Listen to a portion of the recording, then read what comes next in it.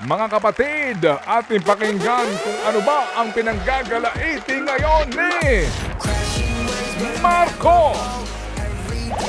Oy, musta? Dahil sa mga song, mga repa, bibilisan ko lang ito. Dali, isang may minuto emergency na lang ako. eh. Luluko-luko dyan. Sabi ko, bibilisan ko ito kasi Huwag mong nandiyan na si bibilisan. Idol Lord eh. Pero ito na naman tayo sa issue na talagang magpapakulo ng dugo nating lahat, ano? Dito sa Pilipinas, repa, sino bang numero unong hindi nasunod sa batas? Abay, di ba yung mga tagapagpatupad mismo ng batas? Ito nga, usap-usapan pa rin ngayon itong convoy ng PNP. Nahuling dumaan dyan sa EDSA busway.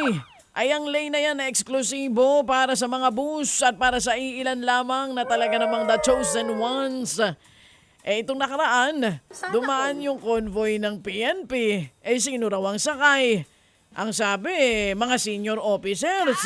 Sabi yan ni PNP spokesperson Senior citizen. General Jean Pajardo. Teka, hanggang ngayon hindi pa rin pinapangalanan kung si PNP chief ba ang sakay niyan. Sino to? Siya man nasa loob niyan? Ay hanggang ngayon hindi malinaw kung sino talaga ang sakay. Ang klaro lang, mga pulis sila. Ang klaro, senior officers daw, hindi siya nag-iisa. Wala na akong pake. Kahit na sinong dumaan siya ng mahalaga. Ang implementer, sila din ang rule breaker. Anong breaker? Breaker. Hindi ba? Sila ang implementer, sila ang rule breaker.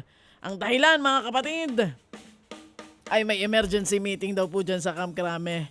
Ay naku po, kung ordinaryong tao ka at ginamit mo yung bus lane na iyan dahil late ka sa iyong trabaho, makalusot ka kaya? Subukan mo nga. Hinahamon ko mga ordinaryong tao na nakatutok sa atin ngayon at natatraffic sa EDSA. Dumaan po kayo ngayon sa EDSA busway kung kayo'y natatraffic. At kapag kayo'y nahuli ng mga taga-saik, sabihin nyo'y kayo'y may emergency meeting. Hindi man sa Campo Crame, pero yan ay emergency. At kapag kayo'y pinara, sabihin nyo kayo'y nagmamadali. At tulad ng ginawa ng PNP, babalikan nyo na lamang ang inyong ticket. Tignan ko nga. Tignan ko kung mapayagan kayo. Ay syempre hindi. Wala ka namang superpower tulad ng mga untouchable na iyan. Masaklap pa niyan. Ay dinipensahan pa nila yung paggamit ng bus lane, repa. May emergency meeting nga daw kasi. Sila pagalit. Yun ang sinasabi ko sa iyo. Oy mga boss! Bakit? Ako sa inyo, kung may emergency meeting kayo, matuto kayong gumising ng maaga. Nang gigigil ako sa inyo. Umalis kayo ng maaga ng bahay. Traffic natin ay Diba? masama. Pumila kayo sa traffic sa EDSA at sa ibang mga kalsada, kagaya ng araw-araw na ginagawa naming lahat. Yung nakaraan ako mismo, may emergency ako. Emergency inuman. Pero diba, na-traffic din ako Tiniis ko naman Bakit kayo? Bawal kayo mabalahaw? Bawal kayo maipit? Bawal yung maranasan, yung buryong, yung gigil, saka inis namin sa gitna ng traffic? Ihing-ihi na ako nun Hindi naman ako dumaan sa EDSA busway. Kasi alam ko, pagka ako dumahuli, ihing-ihi ako. Baka ma-UTI ka. Saka sinasabi ko sa'yo, emergency din yun. Emergency inuman nga. Pero di ba, sinunod ko kung anong tama. Kasi takot ako Hindi ako untouchable. Life is unfair talaga, repa. Totoo Pero yun. hanggang kailan natin tiitiisin yung mga ganyang klase ng sistema? Abay, kung gusto nating umunlad tong Pilipinas, dapat patas ang pagpapatupad ng batas, mga kapatid. Walang kinikilingan. Walang pinoprotektahan. Alam nyo nakasunod doon, hindi yun dito. Pero kapag bawal, bawal para sa lahat. Kahit sino ka pa. Kahit may posisyon ka man o wala sa gobyerno. Hindi porket may posisyon kayo, exempted Totoo kayo. Kung gusto nyong respetuhin kayo ng tao, matuto kayong sumunod sa batas. Reklamo ka Na sa kayo rin barangay. mismo ang nagpapatupad, tapos kayo rin mismo ang hindi sumusunod. Nang ano ka Kaya sa susunod mga kapatid, para akong tatakbo sa eleksyon, repa yung aking pagsasalita. Sa susunod na makita nyo yung mga opisyal na lumalabag sa batas na iyan, yung mga dumadaan dyan sa EDSA busway, anak ni congressman o kaya tatay ng senador o kung sino man, ay huwag kayong magbubulag-bulagan. Panagutin natin ang mga yan.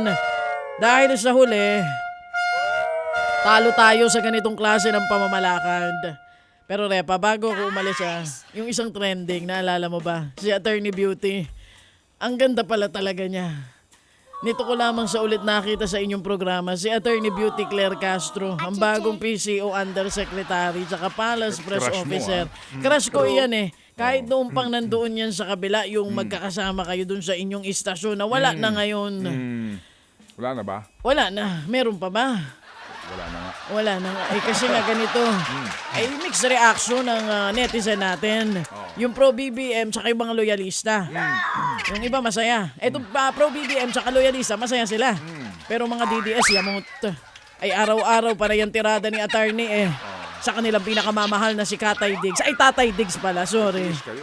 Sabi ng ilang loyalista, nakahanap na raw ng katapat ng mga fake news peddlers na idol si Tatay. Ang buhay ay... Sa itsura ni Attorney Claire, mukhang wala itong sasantuhin, Repa, sinasabi ko sa inyo. Oy mga ka-DDS, wag na kayo magalit masyado kay Attorney. Dati narinig ko sinabi niya, binoto naman niya noon si Tatay Digong, pero nagsisisi na siya ngayon. Gusto ko matanong kay Attorney Beauty, binoto mo ba si Marcos nung nakaraang halalan? Gusto ko lang malaman. Sabi pa ni Attorney Claire dun sa nakaraang press con niya, mahal ko ang Pilipinas. Pero may mga bagay na hindi ko matanggap, lalo na ang pagpapalaganap ng kasinungalingan. Sinabi niya yan. Eh sino ba namang may gusto ng fake news? Eh di yung mga nakikinabang lang, di ba? Tsaka itong si Attorney Beauty, ang bilis ng rebuttal, napansin mo? Dati ba siyang rapper?